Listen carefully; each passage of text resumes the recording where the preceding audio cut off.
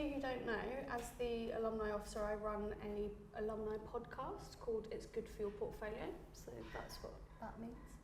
And today's episode is in the form of a live panel discussion because AI is very important. We need to talk about it, and I thought this might be a nicer setting for that conversation. As we know as creatives, it's really important for us to navigate the world of AI. It's quite scary for a lot of people, but I think it also could be a positive thing, so that's why we're here. I'm going to do a brief introduction of who we've got on the panel today for you, but they're all going to introduce themselves after I've stopped talking. So we've got Thomas Panton here, 3 times founder and climate expert. He's going to help us sort of navigate the sustainability side of AI. We also have Lewis Benfield, who is a ex-student, so he's a member of our alumni, and sorry, my memory is really bad. London-based motion graphics and designer and Unreal Engine artist. And then we also have Paul Hill here, who's a ghostwriter and journalist. I've got a few little rules for today, so we're going to have about an hour to discuss the topic, and then I've allowed 30 minutes for a Q&A. I would just like to ask you to hold on to your questions until then, so then hopefully we can get round everyone and just try and keep your questions nice and concise for us. That'd be great. We're going to sort of try and keep on track to finish around 7 o'clock. That's including the Q&A, and then we will have an hour to sort of have a very easy chat and a drink out in the banking hall as well. If anyone's got any questions about anything afterwards, please just take me to one side and we can have a conversation. Some of the topics might be a little bit sensitive, so if anything makes you feel uncomfortable, please feel free to just leave the room. There are members of staff around, so if you need any support, you can grab one of them and you can come back in and out as you feel. Everyone happy? Lovely.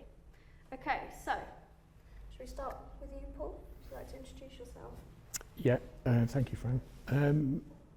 I'm not an expert on AI. So as Fran said, there are a lot of, it's one of the kind of features of the modern age that you'll find a lot of people who claim that they are. The world is full of grifters. I'm a journalist by training and a ghostwriter. The reason I'm here tonight is I do a lot of work with people who are working in the field of AI. Most of my ghostwriting clients are in the US. I'm writing 2 books at the moment on artificial intelligence, one about AI and its effect on news media, and another book is with somebody who is senior at Google's DeepMind organisation. For those of you who don't know me, my name's Fran. I'm the alumni officer here at Norwich University, and I'm also a photographer by trade, so I'm a little bit unqualified to talk about a lot of areas of AI, but I'm going to do my best to chime in. I'm Lewis. I graduated here in 2014, did a graphic communication degree, and then I went on to work in the music industry for about 8 years, working with artists doing their visuals, and I transitioned into where I'm at now as a senior 3D artist at Pixel Artworks, working with creative technology and immersive experiences, more notably like motion graphics in real time, and using AI tools within the creative industry and understanding sort of how they can best impact our practices and challenging that. That's me. Cool. Hi guys, I'm Thomas, so I actually went to UEA, not NUA. So I'm climate by background, so I spent 5 years at the world's largest independent environmental organisation, doing Greenpeace, on campaigns, policy outreach, fundraising, really lots of interesting stuff, but got very frustrated at how slowly big corporates move in changing anything, so decided to jump into the world of startups. I am a 3-time founder, but I'm a 2-time climate tech founder and a 1-time AI founder, not in climate tech, funnily enough. So a lot of my experience with AI comes in advising on the environmental impact, but also the efficacy of using AI in lots of different types of sectors, but primarily in climate. And I can bring some insights into impact, policy, and solutions around that as well. So yeah, looking forward to the chat. Lovely. Thanks, Thomas. So the way we're going to structure this is we've got 3 questions that we're going to sort of base our conversation on, but as we know, it's probably going to go a little bit off track. So I'm going to do my best to try and keep everyone on track. We do have a bonus question just in case we happen to have any extra time at the end. But I really want to keep 30 minutes of Q&A because I think that would be really valuable for everyone. So to get us started, we're going to discuss the development of AI and what we know about it so far. What of these developments do we feel could be seen as a threat to the creative industries is the first question. Like what they could feel like threats is the main point. So whoever wants to start. Lewis. Well, I mean, I guess the main question is the jobs. You know, do we feel that it's, you know, the AI is going to replace, you know, jobs within different industries, not just the creative industry. But I generally think that, you know, they're not necessarily here to replace, but more to be used and seen as a tool, and it's how we best use that tool within our sort of creative practice. Yeah, I think I would add to that, like, it's basically across any industry, not just creative industries. AI is going to be applied to pretty much anything which uses tech, which is pretty much anything, both personally, academically, and professionally. So instead of sort of consistently being worried about a lot of scaremongering around new tech, which happens in every tech cycle, mobile phones, computers, new cameras we were talking about, you know, there's always worry that it's going to eliminate the previous version of that. But that's not true. You have different people with different skills, different wants, different talents, and different applications of their creative or otherwise industries. And I think, like, particularly in climate, like, you're absolutely right, it can be used as a tool for us to further the ability of our jobs to make positive impact. And I think that creatives can apply that as well. You can find ways in which it matches with and benefits the art form that you already enjoy doing, instead of thinking that it eliminates any progress that you're ever going to have in your industry, which is not true, but a lot of people will tell you that it is. Yeah, I think for me, from the perspective of a photographer, I work with analog mostly as well, so I do use digital, but you can see the sort of development there and how that's changed, and that people will say, you can take 300 photos in a day, that's not real photography, and that happened when we went from analog to digital, right? I think the main point for me would be about how we categorize AI for creatives. We can't call AI generated imagery photography because it isn't. If we get the vocabulary right, then it's not going to feel like we're trying to replace one thing with another and it just becomes a new art form, it becomes a new genre. Because that's happened over and over again. Like you said, with tech, it's just constantly going around, you know, button phones, smartphones, that kind of stuff. Although probably not a great example because no one uses button phones anymore. They do. No, back on trend. But there's, so Paul de la Roche, a painter, as soon as photography started, so it was daguerreotypes at the time, he went, well, painting's dead, and panicked, and everyone panicked. It didn't happen. Of course it didn't happen. You know, then that developed into film, and then that developed into digital photography, and it just keeps changing. I think the reason everyone's quite frightened of it is probably because it feels so contrasted because the technology is so advanced now. So it's much more clever than it ever has been, but that's going to keep happening, I think. I also want to add that I think it doesn't help there's sort of this wish-washiness of AI in terms of, you know, there's different sort of models being made and, you know, how they're being implemented. Are you even known, like being told that they're being implemented into creative software? You know, there was a big thing with Adobe where they were updating their terms and services and training their software on the AI without creatives knowing about it. They were just clicking, you know, I mean, there's like a South Park episode, it's like the terms and conditions, do you read it? No. So it's one of those things that I think we just have to be a bit conscious of and wary of where the AI is going and being implemented. And I think that also brings in the question of, like, you know, we shouldn't really challenge it, we should also be open to it and understand what it's doing and where it's going. So it's kind of like a best form of defense as well, you know. So I think you can look at this question through a variety of different lenses. So and I would agree with what's been said so far, but I think we live in there's an element where there's a culture of phobo at the moment, a kind of like fear of obsolescence, or a fear of becoming obsolete, I should say. I mean, there's some research that's been done in the States that says that around about 20% of folks in the States fear that they're going to become obsolete in future. And that's across all industries, it's not just the creative sector. There's some research that's been done in the UK that says that right now about 10% of the tasks, not the jobs, but the tasks in all jobs are subject to automation. That AI can do 10% of the tasks, and that within 5 years that could be about 57% of the tasks. Now if you start to think about the way that this is framed, it's quite interesting, because it's not talking about the whole job, it's talking about tasks within jobs. So what AI is doing is it's not looking at whole jobs, it's talking about fragmenting jobs. So the jobs market is going to fray in a way that it hasn't done before, in the way that, for example, in the car industry, robots came in and whole categories of jobs were taken away. AI comes in and little bits of process get automated.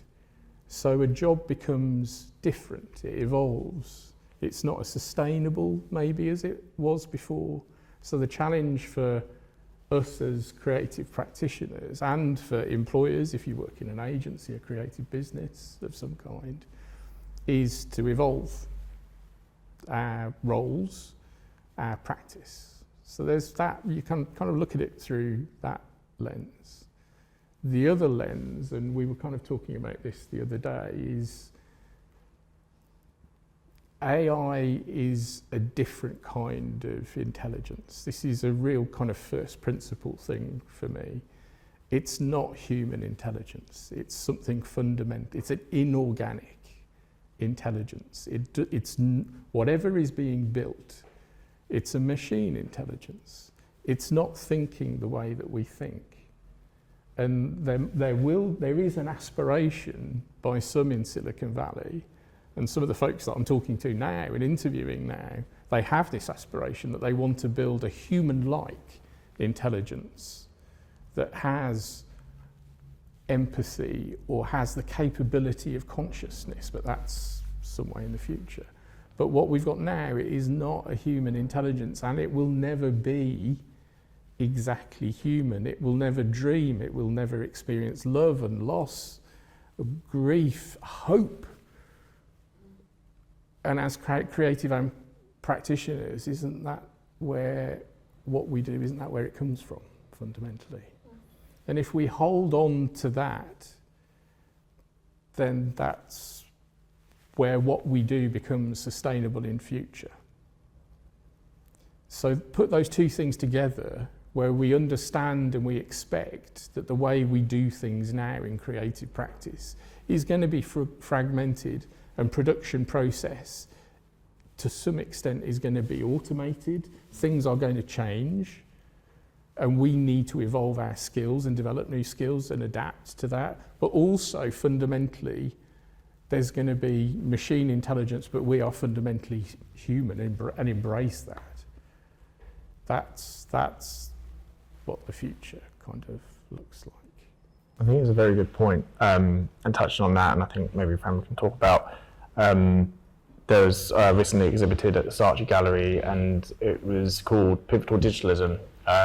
You know, we're in this, what I like to call this shift of this like digital revolution. You know, it happened with tech back in the day, it happened with the internet, and I think it's happening now with, you know, computers, technology, AI.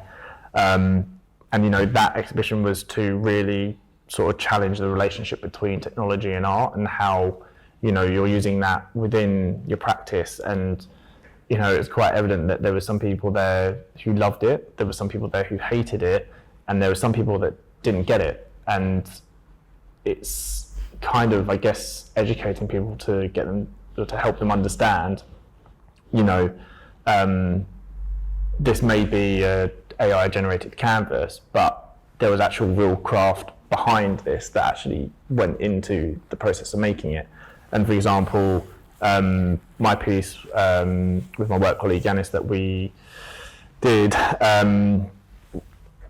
for myself, I use AI typically mid-journey to do all the creative concepting, but I would stop it at the creative concepting in regards to the vision that I have for the project, but use that as a guide to, generate that world. And for me, we created this content which was on a digital screen, but some people instantly came up and was like, oh, did AI make that? Or, did AI make this? And it's like, no, me and Yanis, our craft was crafting this world, and there's more to it than meets the eye. And, I think people are quite quick to sort of being a bit subjective, I guess, in terms of the medium. And, for us, the actual project was you can see this this world, and you can scan a QR code, and then you can be transported into this sort of real world that was running real time. And we were challenging the relationship of, could we bring people all to a space that they could interact with technology, but still have a human experience, as opposed to like being behind a VR headset and where it's a bit more of a singular experience? Could we all sort of come together and have this moment, looking into this world that was running real time and in parallel, but it wasn't AI generated, we crafted that. And that was the real sort of meaning, was that, AI isn't there to take away our jobs or craft. We can limit how we impact it in our craft, and it's just there as another tool if we want to use it or not. Well, I think just a quick point on that as well is, like, as with any art form, you have purists of their art form.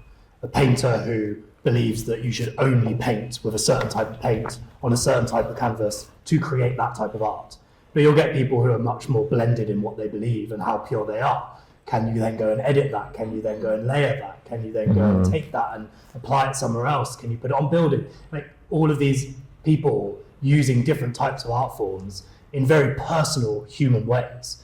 AI is just another version of art. So in the same way that you'll have the painter who only paints with a certain type of paint on a certain type of canvas, you'll get someone who prefers to only use a certain model of AI, a certain language model, a certain type of design, and apply that in certain ways. And you'll get other types of AI artists, and you'll get certain people who blend photography and AI. And I think this is what we need to be willing to accept, is that it's just a new form of art. It doesn't necessarily mean that it's eliminating other forms of art. They might just collaborate with each other. And that's the same, not just in art, but in all industry, is that we can apply our own use of AI, however much or however little we want to. And that's where the human element comes in, because we make that choice. The AI doesn't make that choice. We do. Yeah. It doesn't work without us. Exactly. No. At the moment. The sort of point that you made about assumptions, especially walking into that space. So Jackie, my colleague, and I went to your exhibition, and I really enjoyed, by the way, my phone world. And I actually ended up walking into an actual person who then was like, what are you doing? And that started a whole thing. But there's assumptions around, we'll call it AI imagery and not photography, that, there's someone sitting at a thing, prompting, which is, I've used Midjourney before, and you're sort of prompting it and saying, make me a thing that looks like this and blah, blah, blah. I got talking to another AI artist called David, who explained to me what his process was. So he's been working with somebody, they've created their own software, they've been buying sort of discarded rolls of 35mm film from like the 40s, 50s, 60s up to now, and he's been carefully scanning it all in himself, cleaning it, feeding this AI system, and then generating his imagery from that. So he isn't simply, because Instagram terrified everybody, right? It's like, we're going to steal all your stuff and then everyone can have it and make their own pictures. So everyone sort of freaked out a bit. But just talking to him made me realise that I even had that sort of view on it, and that if we pick very carefully how we categorise it and who we speak to about it, it's an opportunity for us to learn as well about how we can use it, and not sort of making these assumptions that everybody is stealing everything from everybody else. for me, calling it artificial intelligence is an issue. If it was called collaborative intelligence, it's more accurate. The fact it's not actually artificial in any way because it's from stuff that people have made. So it doesn't really make sense to me. So yeah, it comes back to that category thing as well for me. I think is that we'll be able to understand it better if we can put it in its own lane. Yeah, that kind of goes on to the point of these models all have to learn from somewhere, right? And there's a lot of controversy with like Sora AI, and that their models was all based on public resource and knowledge, and that was just feeding their models. But what's going into those models, we don't know. We just think it's all great photos and art, and then that brings up another thing in terms of artistic license and style and all those different things which laws are hopefully being in place and implemented to protect the artists. But again, there's the good and the bad side of it, which maybe we could go into that, what we talked about the other day, which maybe we start. Yeah, I mean, there is a story of, but before I tell that, can I just make one point that kind of follows up on what you were saying, because a study's been published within the last sort of 6 weeks or so. Sorry, excuse me. By Glasgow University, which comes to this point of artificial intelligence isn't autonomous, and to some extent we're living in a hype cycle at the moment that everybody, notwithstanding what I've just said, that tasks are being fragmented within production processes. And just to be clear now, we're kind of talking about art and AI, but we're also talking about kind of commercial work as well. The study at Glasgow looked at commercial creative work. And what they did was they went to game studios, they went to creative marketing agencies, and they asked, how are you using AI at the moment? And is it really replacing the human creatives that you're working with? And what they found was it's actually more labour intensive. And if you bear with me, there's like 2 sentences of their conclusion that I'm just gonna read, because this is kind of like bang up to date, and it describes what's happening in the kind of commercial creative world right now. And it says the main findings are that AI products were more labour intensive than traditional media products because they were combined traditional production skills and new computational expertise. Paradoxically, contributions by human workers tend to be, and this is a horrible word, invisibilized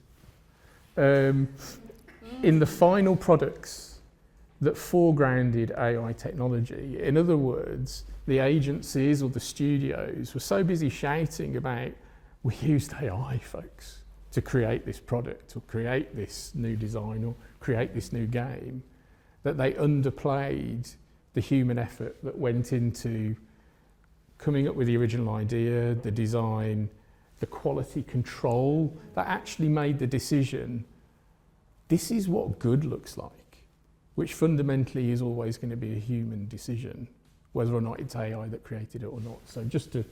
No, absolutely. Yeah, I mean, it's now becoming a brand, essentially. Yeah. Companies are branding it in multiple ways. It might even just be the same model, but it's just been rehashed in a different way for different products. And again, that comes into the murkiness of what is it actually that's implemented in, say, the latest Google phone or the label Apple Intelligence. You just don't know because they've just rebranded it so many times to Gemini, to Apple Intelligence, or another. Well, there's a lot of so alongside all the stuff that I said I worked on earlier, I also advise and sit on a few venture capitalist funds, investment committees, advisory boards on what they're investing in the startup world. Now, obviously, my expertise mainly falls into climate tech, but they see a whole bunch of stuff as generalist VCs, generally speaking. And one of the big questions coming up at the minute is the huge hype of AI over the last year, 2 years, 3 years basically caused all startups to realize that VCs who like shiny things and new things were instantly going, well, if we say we've got AI, we're an AI company, we'll get investment. And they weren't wrong. Statistically, the companies that were using AI, and I put it in inverted commas because most of them weren't really using AI. They weren't AI companies. They might have used a bit of AI in their processes, but they would get more investment. And there's a whole debate at the minute in the investment space about what makes an AI company. Because if you are just using a GPT and then you're just making that your implementation for a different idea which isn't actually an AI idea, you're not an AI company, you're using AI, you're AI enabled, which is different to an AI company that is building these models and building the code behind this and coming up with the ideas of where AI itself can go. I think this is really important because it's the same across any industry. We are so hyped up by this has AI or this doesn't have AI that we forget that actually a lot of this has just been, AI has been used in some formats within that process, but it's not necessarily an AI production or an AI startup in my case that is really the sort of foundation of that model. So as I totally agree, identifying what is actually the cause of that, the implementation that led to the outcome, is so important across everything. Because otherwise you do just end up with people, as you were stating, saying that we've used AI, that you forget all of the amazing human interaction that went into that. And for startups, all the amazing ideas that were behind, yes, we use AI in this part of our business in one department. so it's really important, I think. I did promise I was going to tell you a horror story. Oh yes, I love That might lead us nicely into, if we move our questions around, we can start to look at sort of ethical concerns and absolutely. mental impacts. That would make sense if we can start with that, Paul, if you like. So at the risk of being the doom monger in the room, there's a kind of toxic culture in Silicon Valley where things are done and forgiveness is asked later. But in this case, the story starts in a slightly different place. It starts with hope, and it starts with good intentions, and it starts with an ambition to try and save the world, really. And it starts with kind of climate change in a weird sort of way. So one of the things that we're going to discuss this in a bit more length, I think. One of the things that building AI involves is consuming large amounts of energy. And some researchers in Germany, one of the things some years ago they decided to do to try and save research teams around the world from doing, is they decided to build a large open source database of images and text, basically metadata, that described images that you could find on the web. And they built a text matching database of 5 billion images that were online. And the database is called Layon 5B.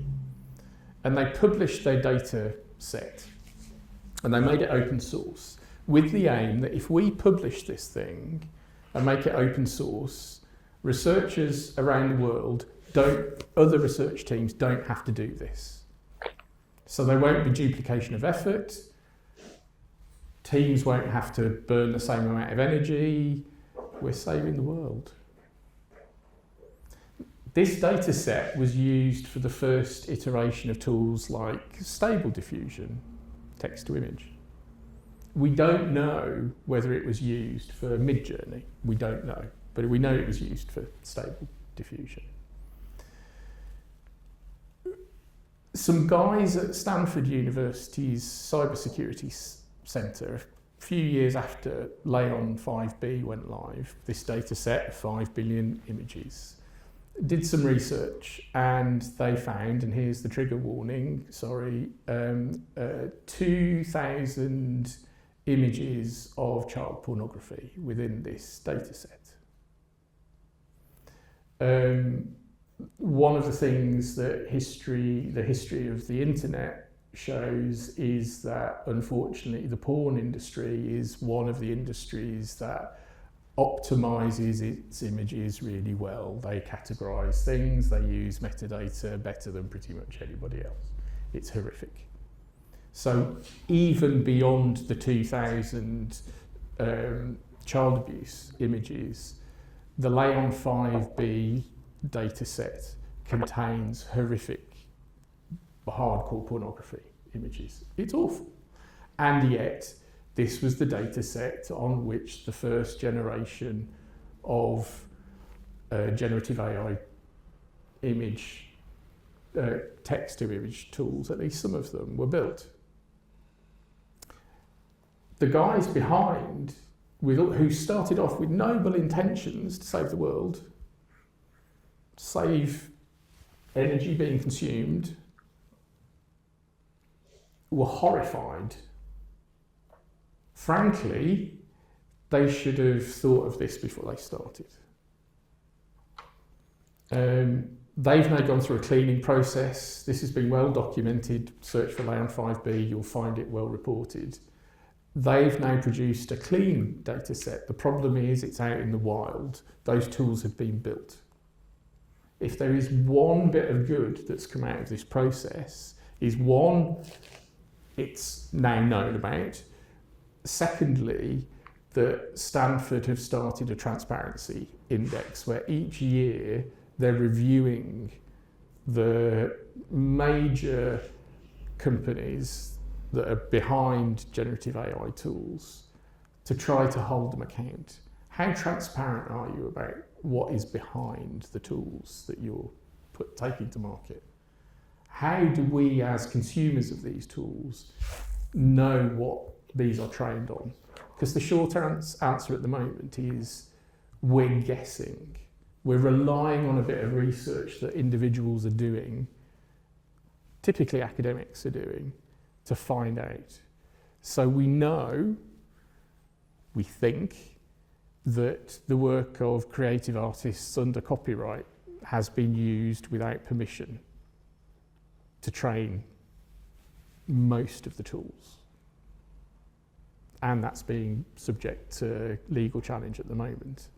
We know, and from a writer's perspective, I care about this deeply, we know that if you use most of the generative AI tools that writers use, that copyrighted works of fiction or non-fiction, that you shouldn't be able to, what is the next chapter of such and such a book, you shouldn't be able to find out what the exact next paragraph or the next chapter is. You'll be able to find it for a number of best-selling books. They shouldn't be there in the training data set, but they are, because this is copyrighted stuff. So there's all sorts of legal, ethical, moral, awful, I mean, the internet is a sewer. There's good stuff too, but it is a sewer. And this is, the generative AI has been trained on this stuff. I think going on to that point, it's you know, while there is the bad stuff is out there, like anything, you have the good and you have the bad. You know, that bad can be used for good. You know, for example, those images that were leaked. You know, law enforcement can train models to even catch people and, you know, put an end to it quicker. And I think, you know, the fact that it's the transparency is there. And I think that's the like the key word is that, you know, if we can be as transparent with it all, then, you know, we'd all feel more comfortable. The answer is absolutely, 100% agree, Lewis. The answer is transparency. The answer is more knowledge. The answer is asking the right questions. But the answer is going into this knowingly, and knowing that there is from the very, very beginning that some of the tools are better than others. For example, I prefer Anthropic because they're slightly more transparent. They're not much better than the rest of them, to be honest, but they are slightly more transparent than certainly OpenAI. but they all have issues of bias and representation baked into them. They all do. And for example, I've been working very closely with the team at HarperCollins at the moment. They've just published a book that I've co-authored in the States. The editor that I've been working with there her prediction is that authors of colour will find it harder. Women will find it harder. First-time authors, when we're talking about intersectionality, authors who are underrepresented voices will find it harder to be published in future in an AI publishing environment. And that's not a better creative environment. So this is super interesting if I can jump in, because I think there's a few things here on like ethics and morality and humanity within that as well. I think just a couple of things. Firstly is someone mentioned earlier about like trusting how AI is used, and then we've spoken about it being used in bad ways. Generally speaking, like this isn't new. Like big companies, especially big Silicon Valley corporates, have always done this.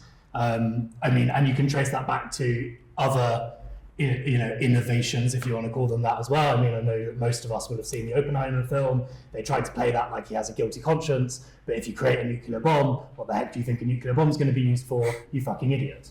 So like, there are definitely aspects where humans are playing naive, but they're not stupid. Like they know that these things could have and do have horrific and immoral and absolutely not okay implications and outcomes. And interestingly, it's a lot of companies have started with moral good. OpenAI was started as a fucking NGO. Like the whole point with it was a non-profit, that they wanted to make sure that AI developments could be accessible to everyone around the world. There's traceable emails between Elon and Sam about how they're going to revolutionize this. And then that all changed. And then we saw Sam get kicked out of OpenAI because he started talking about making profit. And then everyone voted Sam back in. And then what do you know? OpenAI is now going to become a for-profit company, and their share value is going to explode through the roof. And suddenly Sam Altman is a multi-billionaire. So we need to think realistically about like, do people have good intention when they're coming from certain areas with certain backgrounds? Meta are definitely using AI to do bad shit. A good example of this is censoring pro-Palestinian voices. They're doing that deliberately because they know they can, and they know that no one can stop them because they're $1 trillion company. And this is why we need to talk about this, and this is why we need to bring these sort of conversations to light around ethics and regulation, because it relies on us to pressure governments to bring in proper regulation to stop these things from happening. The question, which we won't open this can of worms, is how much power do big corporates have over governments? As we've now seen, Elon is now part of the US government, so that's a good, fun thing to have. The other thing, just quickly, is we talk about sort of like non-white, particularly non-white male, particularly non-white, non-straight, non-straight men, non-men, basically anyone who doesn't look like me. You are already disadvantaged across the world. Intersectionality is a massive thing which needs to be talked about in every sector, not just in AI, and it is silenced in almost every sector, including AI. And humans have bias. So AI industries, which are now going to make it harder for non-white, non-straight, non-male people, are already being discriminated against. So this isn't new. We shouldn't think like, oh, AI is evil because it's going to do these things, because these things already exist. They're already happening. Less than 2% of venture capitalists goes to money goes to female-founded startups. So this is a conversation that needs to be had more generally anyway. So I could talk about this all day. I'm going to close it off now, but I would just like to say that that's not necessarily AI. This is humans, humanity, society, usually greedy old white men. So that's what we need to be talking about, and that's how we make that change happen. Yes, in AI, but also in climate, and also in every other sector on the planet. So I really think it's important that we split the two, because AI obviously has all of those impacts, but that is led by the cause of that, which we've seen for thousands of years and continue to see, and it's probably getting worse. So really important, I think. Talking about people who have made things and being naive about why they've made it and knowing that they're not being great, it reminds me of, I read something a few weeks ago about some teenagers using like a chat room that was actually, they were actually talking to AI characters, and even though they sort of claimed that they knew that they were AI characters, these are children, right? So they don't really know, they don't know anything. And this led to a really horrible situation, and this child took his life, and obviously the internet ripped that apart. And I think we talked a little bit about this earlier as well, as like some people will look at some AI images and they'll go, oh, did you see that thing? Some of us will look at it and go, it's obviously not real. It's really not real. So I think even though things have got, everything's going to have a bad and a good side, right? But this might be a really good opportunity for people to, there'll be a culture of sort of informed, educated skepticism about what we're looking at. Because we're all a little bit complacent. We're sort of like, oh, I saw it and therefore it is and it's real and I'll believe it. I saw it on TikTok. You know, the amount of times my friends will say, or I do it myself, I read this thing, and it's like, you saw a TikTok video, didn't you? And we're just like believing what we've seen. This might actually help us break through that, because it's getting a little bit too close now to the point where we're having to question it. I mean, Zara just brought out an entire editorial series where the models and the clothes aren't real. And they're trying to sell products that don't exist. And it's just bonkers, you know, and there's nothing under it that says this is AI. So I think as much as it is quite terrifying, you're right, we need to talk about it really clearly. We need to be really transparent about it and have these really difficult conversations, because that's where the learning is going to happen, and the younger generations are going to go, well, I actually don't trust everything that I see. So we're almost going to break that cycle. Yeah, it's really interesting because over the last sort of decade particularly, but it's definitely been happening for longer, we've had this definite sort of like concerted pushback against academia and sort of people with expertise in a certain area. So particularly, I talk about this from a climate perspective a lot, is that media will go, oh yeah, we'd like you to come and talk. Oh, who else is on the panel? Oh, we've also invited a climate skeptic. Why?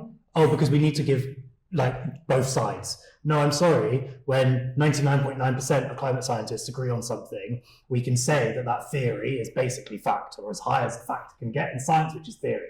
So to be honest, this is the problem, is that we need to be able to call those things out. And you're absolutely right in that if we can get close enough that we go, I actually am scared, I don't know what's right and what's wrong, then we do start to question it. The first time, just a quick example, I saw this in AI and creativity and image creation was about 2 years ago. And I think it was the first time, might have been Mid-Journey, but we could sort of create AI profiles of our LinkedIn pages. And of course, as a LinkedIn bud, we loved it, didn't we? So all of the LinkedIn big boys, we started going in and making cool, like avatar looking things of ourselves. Show me as a 3-time startup entrepreneur in my office. And I was like, oh, it's fucking cool, doesn't it? I got my girlfriend at the time to do it. And she's an incredibly well-educated Imperial College London graduate working in sustainable finance. She enters all this. What does it give? Some pornographic anime-looking Asian girlfriend, and total bullshit. Like, and you literally, we could write in the same thing, and she could just say she's a girl, and it would come out with basically soft porn of her. And it was just like, how can this be acceptable? And at that point, I think, and we saw it across LinkedIn, there was all this hype from all these men on LinkedIn, and suddenly all of the non-male voices on LinkedIn started going, yeah, but hang on, I did it. And look what it gave me. And then suddenly everyone goes, oh, yeah, maybe we should stop being so proud of our LinkedIn avatars. Maybe it's a bad thing. And it kind of went a bit quiet. And now it's starting to happen again as we start to see it more in the creative industries and more of this bias, human bias, being put into creativity. And again, it just comes back to the fact that these things are trained by humans. Humans have bias. Women are objectified. Men are less objectified. So therefore, what do we need to address? Human objectification, not necessarily AI application. But of course, if AI is going to be used more, that obviously needs to be looked at and regulated really heavily. So it was the first time I saw it, and I just remember we sat there and we were just like, there's no way that this is so transparent. It was absolutely outrageous. I asked at the beginning of the talk, I said that I wasn't an expert in AI, and I genuinely meant it, because I've built a career on asking stupid questions, and I'm the age of 51. I'm not going to stop now. I asked somebody for help.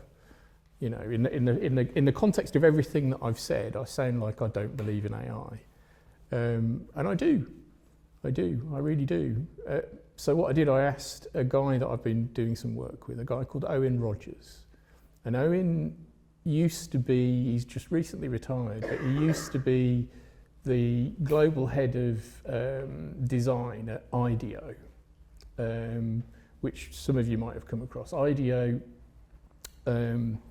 is a design company. They're basically the company that invented design thinking. He's a Londoner and went to the Royal Academy. He then went to Palo Alto in California to set up their interdisciplinary design studio. And I said to Owen, if you had your time again, if you were a student now graduating and you were looking at AI, what would you do? And you knew all of this stuff about AI, with all of your experience, what would you do? Would you run a mile? Would you not touch it? What would you do? Because this bloke is probably about the smartest creative that I've come across, and he's got one of these portfolios. Sorry, Lou. I mean, Second smartest. Can I reframe this? He's one of the smartest old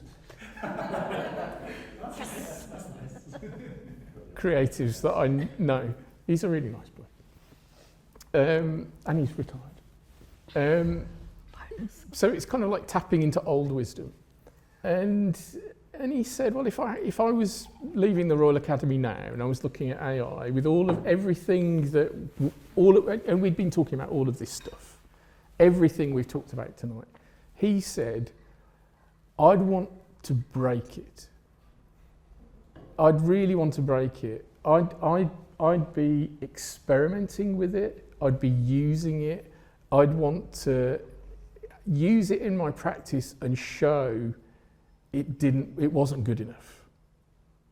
I'd use it and show just how wrong it was. I'd highlight its flaws, and I'd show everything that was bad about it in my practice. And that's what my practice would be. But then I've got a sneaking feeling that my practice would be really interesting. It would also probably create quite cool AI stuff. Yeah. Yeah, one of the exhibitors at the Saatchi Gallery, AI Sam, if you want to look at Instagram, from a distance, his images look like medium format photography. They're like these beautiful, really detailed, they've got a very sort of vintage feel to them. So immediately I sort of ran over him, but when you get close, you sort of go, ooh, that doesn't look, yeah, and like, I was like, what's the, there was a shark, and his tongue was like a weird texture, and I was like, ugh. And he was like, yeah, this is why I like it. It was like, because it's weird, you know it's not real. Yeah. So he was kind of doing that, it's like making it wrong. But it was great though, it was kind of why it was fun. But the answer when something is manifestly wrong is not to retreat from it. It's to engage with it and to shout about it. Yeah. It's to show why this is flawed. It's to pick it up. It's to pick it up. And this is going to, whether we like it or not, this is going to be part of consumer culture, business culture, the environment that we're going to live in. It's going to be part of pretty much every device that we use, from cars, phones, fridges, you name it. It's going to be everywhere. So if it's not going to be part of creative practice, it's a really interesting question. Why not? Why not? if I jump in, I just wanted to quickly add on to your point about trying to break and find things out and be curious about AI. What we did when we first got, Mid-Journey and into all the programs, at Pixel was we tried to break the tool. We was like, right, can this replace what we do as creative artists? And the best form of that is, right, let's put it through a process. Let's see what we can create with the tool, just using numerous tools. I think it was Mid-Journey, Runway, and a few other bits of tools, but it was like, you know what, yes, it creates this weird, distorted, dystopian feel, but ultimately it doesn't replace us. It comes back around, we're always utilising it as a tool and using it in a case of what best suits us. We are trying to do that as well in the company to also bring sort of the younger generation up to speed. So we had a school coming, I think it was Digital Disruptors, and we had set up effectively a real-time fashion show catwalk using Unreal Engine, and what the kids could do, they could come in, they could use Mid-Journey, they could generate all these fashion fabrics and textures, and that would be fed straight into this catwalk, which, within 2 days, I think they were able to present back and give pitch ideas, and, getting a vision out there, I think is really important. But touching on just trying to break it and implement better ways and good ways to show that it can just be used as a tool and not replacement, I think, is key. And I think to be trained as a creative practitioner is immensely valuable. I mean, one of my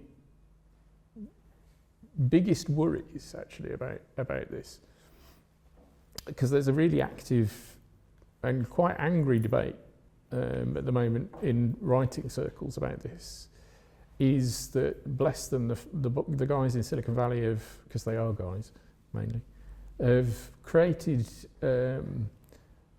AI tools to detect AI writing. And the AI writing tools detect really good writing. And they say, this really good writing must have been written by an AI. Well, excuse my language, but off. There are some people who are really good writers who are humans. who have many years of experience, who just happen to know good grammar, who are well read, who know what good writing is. You don't have to be a bot to do that. And there's a really interesting debate that plays out on Substack, it's on LinkedIn as well, where, particularly in the States, agencies are firing really good writers because AI tools are saying what's been written has been written by a bot when it's been written by just a really good human who knows how to write. That's nonsense. That's insane. What kind of world is that? What we need are humans deciding what good looks like. I've said this before. Humans need to decide what is good quality. Never put that decision in the hands of bots. Never put that. Yeah, this is super. I was listening to a podcast on Radio 4, showing that I'm getting a bit older there, this morning on the drive up to Norwich, and they were talking about AI identifying certain words or phrases or stuff in the female healthcare, femtech sector. And there are two startup founders on there, one from Bayer Fertility, so if you don't know, they basically help women with getting pregnant and other things around pregnancy and the menopause and all sorts of stuff around that. And then there was the founder of Hanks, which is originally a condom company, but now they do lots of other stuff as well as sex toys and other stuff like that. And what was really interesting is they had both identified, and there was this other person who had done this large study on Amazon, who, of course, I probably have to say they denied it, and then Meta, who provided no comment, stating that they would censor specific uses of the word, but not other uses of the word. For example, Bayer Fertility and Hanks would talk about vaginas, vaginal, orgasms, the vulva, all of this sort of stuff. And every time it would get flagged as breaking the community guidelines on Meta and on Amazon. It would break their policies on what you could write in your product descriptions, etc., etc. But if you went to the male sex toy part of Amazon or to the male pornography part of Instagram, they would be able to say vagina, they would be able to say vulva, they would be able to say orgasm as many times as they wanted. And Amazon wouldn't, and Meta wouldn't remove it, of course. Amazon denied that was happening, Meta denied that, or didn't provide any comment. So what's interesting is that they're using AI to track certain things or call out certain writing skills or writing content, but only in certain cases. And this is why human interaction within that is so important, because with bare fertility and with Harris, they raised this. You can basically appeal it on Instagram, and you can appeal it on Amazon. And each time they turned around and said, no, this word is not allowed to be used. But they'd go back and say, but it's being used here. And they'd be like, oh, it's a different context. Because it was all being done by AI. It was all being done by AI. And actually what they needed was a human to come in and go, well, of course, because there's a certain aspect where that does need to be protected. You've got young people on Instagram. You don't want them looking up, or anyone looking up, child pornography, for example.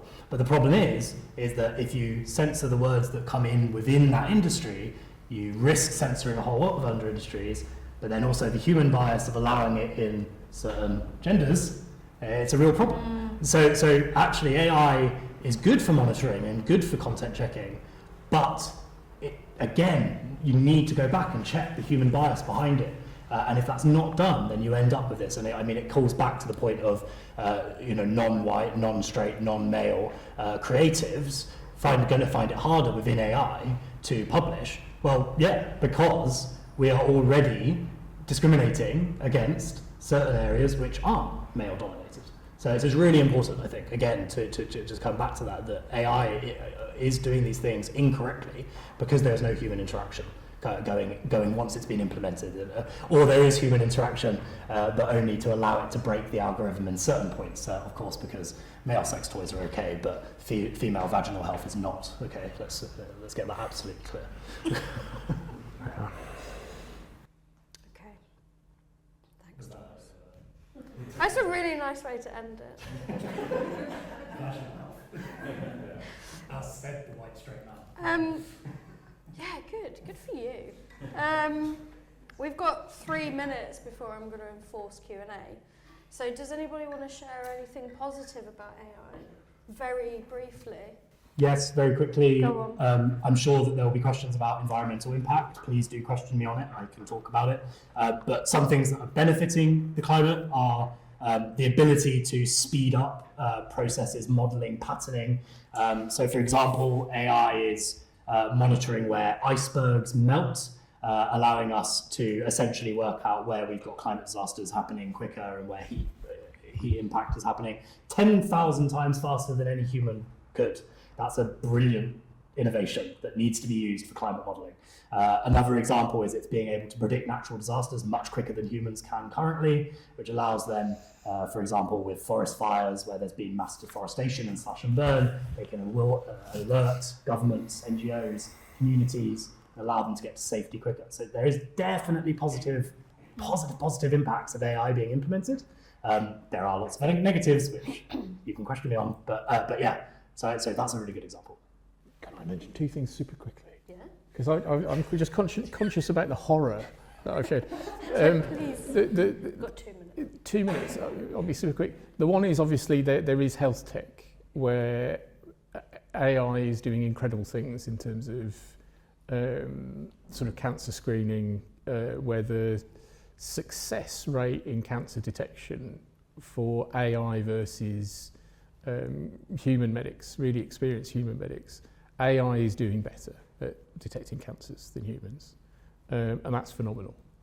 The second thing is, and I'm actually hoping to do some research on this, I mentioned this difference between inorganic machine intelligence and human intelligence. There's something that machine intelligence, AI, might do which could be transformative to how humans understand their place on this planet. And if it does it could be phenomenal. It just blows my mind. There are studies going on at the moment into things like whale song or bird song, where AI is trying to decode patterns in these things.